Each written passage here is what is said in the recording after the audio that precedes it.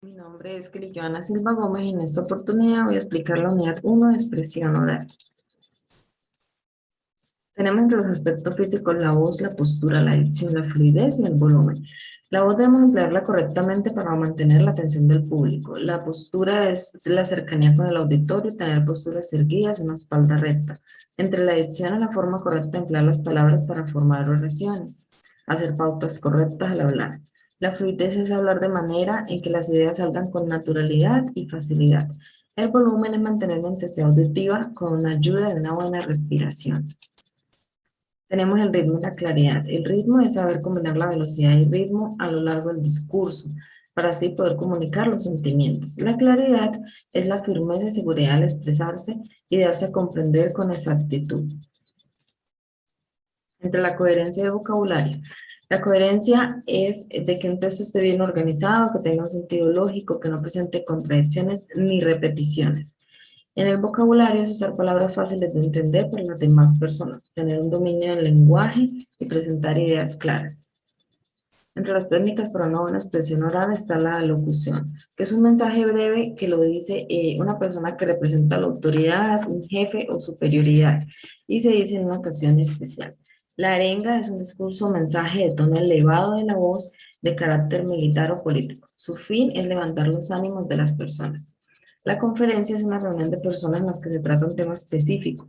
Generalmente la persona en la conferencia tiene un alto grado de conocimiento sobre el tema.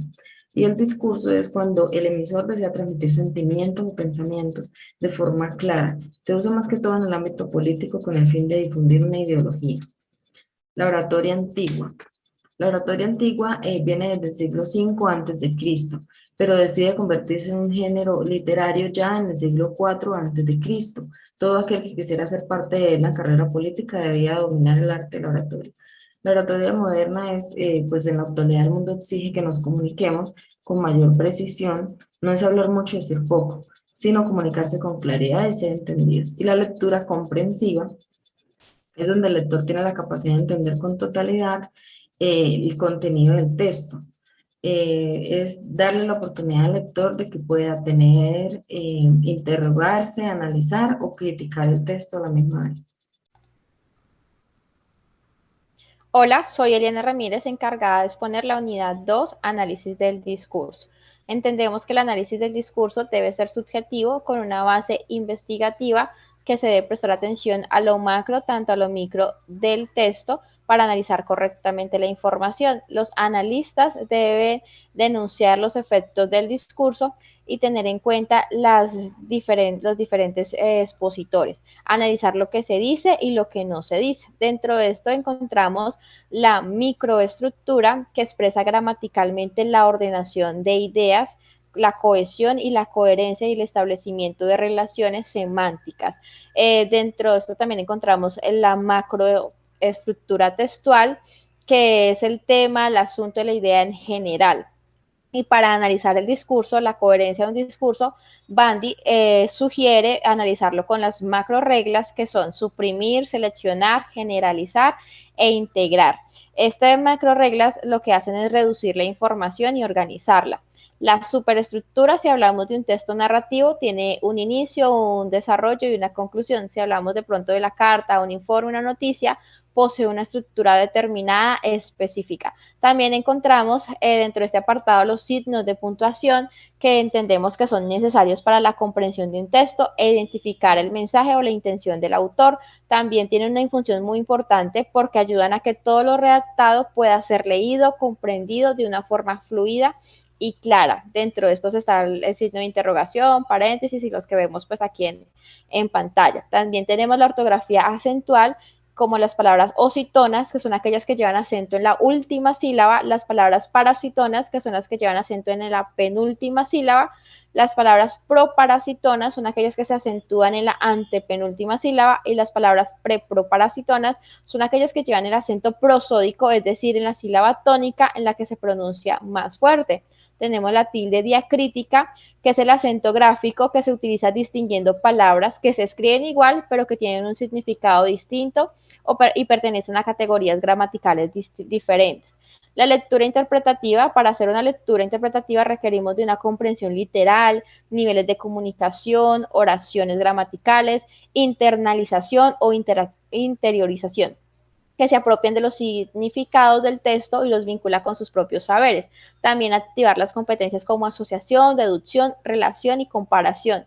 La interpretación radica en acciones que implican la construcción de nuevos elementos relacionados con el contenido del texto para hacerlo más significativo. Eso fue todo de la unidad 2. Muchas gracias. Cordial saludo para todos, mi nombre es Dani Rangel y les voy a hablar acerca de la unidad 3. Entonces dice que la producción textual es un proceso que consiste en interpretar el lenguaje representado en pensamientos, ideas, sentimientos, bueno, etc. Es un discurso escrito, pues coherente, en función de contextos comunicativos y sociales concretos. Utiliza mecanismos textuales como la coherencia y la cohesión. La coherencia aquí juega un papel muy importante porque es el dominio del procesamiento de la información. Entonces, asimismo, establece cuál es la información pertinente que se va a comunicar y cómo se va a realizar. La cohesión es un proceso de unión en las unidades morfosintácticas que lo componen, dándole así una estructura ordenada, es decir, palabras, frases, párrafos. Bueno, en este encontramos unos conectores gramaticales. Su función pues, es unir palabras, frases, sintagmas e enunciados dentro de un mismo párrafo. Dentro de la producción textual encontramos la lectura inferencial, que es un texto donde se interpreta todo aquello que el autor nos quiere comunicar, pero pues en algunas ocasiones no lo dice explícitamente, por lo tanto es un proceso mental que necesita de dos competencias, la interpretativa y la deductiva. Y por último, pues se estructuran párrafos, se define como unidad lingüística que desarrolla una idea principal y se estructuran tres condiciones, la oración principal, las oraciones secundarias y la oración de cierre. Se clasifica en cuatro clases, el introductorio, que es la información del enlace y la conclusión, el informativo, que presenta el tema, y el enlace desarrolla una idea principal, y por último la conclusión, que es la que resume e interpreta o invita a la acción. Bueno, hablaremos de tipologías textuales, de quienes habla Karen López. Tipologías textuales. Cuando hablamos de textos, los autores utilizan diferentes herramientas para delinear sus productos que brindan orientación sobre el contenido, la estructura y el nivel de la transmisión de la información. Son descripciones, explicaciones, argumentativos, narrativos y diálogos. Texto descriptivo. Permite con una serie de funciones atribuibles y transmitir la realidad, aclarando el objetivo y la versión. Clasificación de texto descriptivo y aspectos lingüísticos son prosopográfica, podología, retrato, autorretrato, caricatura, otras instrucciones, podología y terreno. El texto narrativo es la manera de construir una historia, ya sea ficticia, donde se cuenta en primera o tercera persona. Ciertos textos de texto narrativo son cuentos, leyenda, mito, novela, poesía ética, crónica, noticias, reportaje y biografía. El texto argumentativo, discurso en el cual se modifica, refuerza y convence mediante justificaciones que sustentan la idea. Tipos de textos argumentativos racionales, argumentativos de hecho, argumentativos de especificación, argumentos de autoridad y argumentos de aplanidad en los sentimientos. El resumen es describir un texto no a partir de otro de manera breve para mostrar la idea principal o más importante del texto original. Tipos de resumen: el resumen informativo, el resumen descriptivo, el acta y el síntesis. Bueno, para terminar está la narración, que es el comentario de una narración breve y precisa. El ensayo. El ensayo, el creador es libre de apoyar públicamente y el argumento en su posición personal ante el determinado concepto. Muchas gracias por su atención. Cordial saludo, profesora. Estaremos socializando la situación de nuestro país. Para eso invito a mi compañera Dani Rangel que nos contextualice un poco sobre la situación. Bueno, pues gracias a lo que ha sucedido el pasado 5 de abril, el día en que surgió la reforma tributaria, pues con el IVA del 19%, los servicios públicos de los estratos 4, 5 y 6, así como ampliar la base tributaria, pues a raíz de ese paro surgieron manifestaciones masivas. Estuvo también el paro laboral de algunos sectores, el bloqueo de las carreteras, las barricadas, el ciberactivismo, el vandalismo, y a esto se le suma también el abuso de la autoridad. Entonces, las protestas se realizan de manera pues indefinida desde el 28 de abril, ¿no? Entonces fueron convocados por el Comité Nacional del Paro, que está conformado por sindicatos y centrales obreras, y pues es tanta la inconformidad que sienten los colombianos, que algunos que están radicados en el exterior, países como España, Francia, Italia, eh, pues se unen a esta protesta de manera pacífica, con expresiones artísticas y culturales. Así es, no solamente vivimos una situación a nivel cultural, a nivel económico, sino también una situación mental que ya la veníamos trabajando con todo lo de la pandemia, pero ahora vivimos todo esto a causa del paro nacional. Kelly, ¿qué piensas acerca de eso y cómo como psicólogos podemos darle una solución? Bueno, sí, vemos mucho que la gente se ha visto afectada últimamente, no solo físicamente, sino también mentalmente. Entonces, yo creo que desde la perspectiva del psicólogo deberíamos generar un tipo de campaña donde ayude a todas estas personas, tanto las que se encuentran en casa como las que se encuentran al frente del paro nacional. Esto no ha surgido solamente desde ahora, ya desde que empezó la pandemia, pues mucha gente empezó a sentirse con mucha ansiedad, en depresión, debido a que ya no podían salir a velar por sus familiares, a traer el pan a la casa, ¿no? Y pues vemos que las personas de bajos recursos, las familias más vulnerables, son un poco las más afectadas. Entonces, yo creo que debemos intervenir mucho más a estas personas, lo mismo a los jóvenes que están al frente. Hemos tenido las tristes noticias de que han habido suicidios, de que ha habido muchísima violencia intrafamiliar, entre parejas, hacia los niños, que son los que menos deberían estar sufriendo, los que menos deberían verse impactados porque se estaría afectando también su niñez. Entonces, yo creo que sería muy bueno abordar a todas esas personas en general. Es muy difícil llegar a la vida de cada persona, es muy difícil tocar a la puerta y mirar casa por casa quién está pasando por esto. Pero yo creo que por medio de una campaña masiva, por medio de videos, por medio de publicaciones o algo similar, podemos hacer caer en conciencia a todas esas personas, a todos los jóvenes que asistan a una consulta con el psicólogo, que hablen de lo que les preocupa, de todo lo que les causa ansiedad o depresión, para poder bajar las tasas de suicidio, para poder mejorar un poco el estilo de vida de estas personas, para que puedan llevar a cabo todas sus metas, sus sueños, a pesar de lo que estamos viviendo actualmente.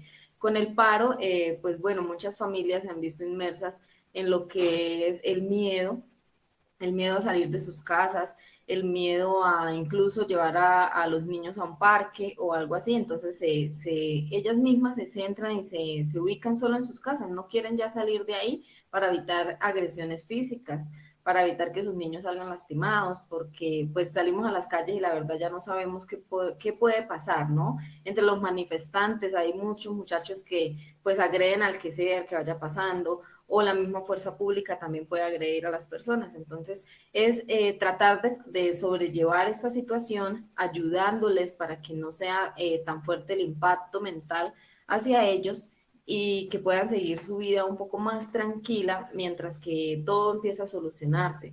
Entonces, yo creo que sí es muy, muy importante abarcar lo que es la salud mental de las personas y en especial los que tienen niños, creería yo, porque estos niños van a crecer con esto y es algo que los va a dejar marcados, es algo que también los puede estar afectando emocionalmente a ellos.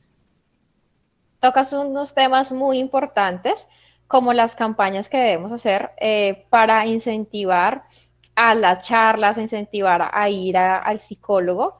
Hoy en día lo dicen mucho, el psicólogo debe ser parte de la canasta familiar por toda la crisis que hemos estado viviendo y cómo hemos visto a través de las redes sociales cómo se ha incentivado al odio, cómo se ha incentivado también a la desinformación y otras veces también nos han informado de la situación que hemos estado viviendo. Creo que una de las formas para promover campañas es a través de las redes sociales, es a través de estas entes, estas líneas, estas transmisiones que hoy en día es muy tecnológico, el mundo en el que estamos viviendo. Entonces, como punto muy a favor, que estoy de acuerdo con Kelly, es eso, incentivar a través de campañas la comunicación de la búsqueda de ayuda mental. Pero Dani también tocaba puntos muy importantes y quiero precisamente hacerle esa pregunta. ¿Cuál crees que fue el detonante de la situación o el detonante a la situación en la que estamos viviendo? Bueno, pues uno de los factores detonantes del paro, pues fue la polémica del anterior ministro Carrasquilla, que pues no conocía los productos básicos de la canasta familiar y pues por tanto las funciones que tenía como ministro pues no tenían factores fehacientes de la realidad en Colombia. Otro factor muy importante es que tenemos el Congreso más costoso del mundo, puesto que los congresistas ahorita pues tienen sueldos que oscilan entre 12 a los 14 millones de pesos, ¿no? Entonces se podría decir de esta manifestación que pues es el producto de la suma de muchos abusos de los dirigentes del país pues contra los ciudadanos, ¿no? Pues porque pretenden cubrir necesidades estatales y personales, pues sin tener en cuenta las necesidades y la realidad que están viviendo los ciudadanos colombianos. Hablando un poco de realidad, se escucha mucho la palabra empatía. Hoy en día la gritan en las redes sociales, la gritan en las calles, pero hemos visto que hay una confusión con la palabra empatía, porque los que gritan empatía quieren hacer como a la fuerza que vivamos lo que ellos están viviendo, lo que o pensamos como ellos piensan, y por eso han hecho abuso de la autoridad, han hecho abuso también del bien ajeno, cuando realmente la palabra empatía me habla de conocer una realidad, la realidad que vive en nuestro país, para poder entenderla y para poder ser parte del cambio. Es precisamente la pregunta que yo le tengo a la compañera Karen, cómo ella abordaría a los jóvenes, a los que están en primera línea, cómo los abordaría para que el cambio no sea a través de la violencia. ¿Cómo orientaría a los jóvenes? Bueno, yo soy joven y me pongo en el lugar en lo que estamos pasando en el país y considero que debemos primero analizar toda la situación que está pasando y viendo que con guerra no estamos ganando nada, sino que hay más perjudicación en la economía, más desempleo, más de eso hay muchas muertes de jóvenes. Entonces pienso que debemos analizar y llevar al diálogo, hablarlo y esperar, poner condiciones, buscar la estrategia, pero no vamos a ganar nada con la guerra. Debemos pensar en nuestro futuro y créeme que con esta situación como está y si seguimos peleando y todo eso, no vamos a llegar a nada. Entonces lo primero es ser conscientes de la situación, hablarlo y llevar a un objetivo, a un beneficio, tener esperanza en eso. Entonces ese sería como mi punto de vista. Como vemos mucha desigualdad, vemos mucha pobreza, mucho desempleo, inequidad que durante años hemos estado viviendo con esto, más de 200 años. Esto no viene de ahorita, lo que pasa es que ocurrió fue un colapso en la crisis de la salud, por lo que estábamos viviendo en la pandemia, un colapso en la área mental, un colapso económico, y esto llevó a una frustración colectiva. Entonces, como psicólogos, creo que debemos enseñar a nuestra sociedad a trabajar la baja tolerancia a la frustración y también enseñar a canalizar las emociones, porque podemos llevar un liderazgo, podemos reclamar nuestros derechos, pero canalizando muy bien nuestras emociones, reorientando sobre todo a los jóvenes, que son los que más hemos visto en la problemática de hoy en día, a modificar sus patrones de conductas, de restablecer los valores como el perdón, como la reconciliación y la búsqueda de la equidad. No sé si alguna compañera quiera aportar algo más a este conversatorio o damos por finalizada la charla.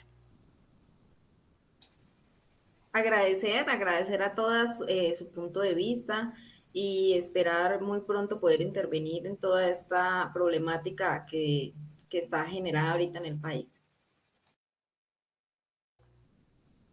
Así es, entonces muchas gracias por acompañarnos en este tiempo. Gracias compañera Dani, gracias compañera Karen. Kelly, hasta luego.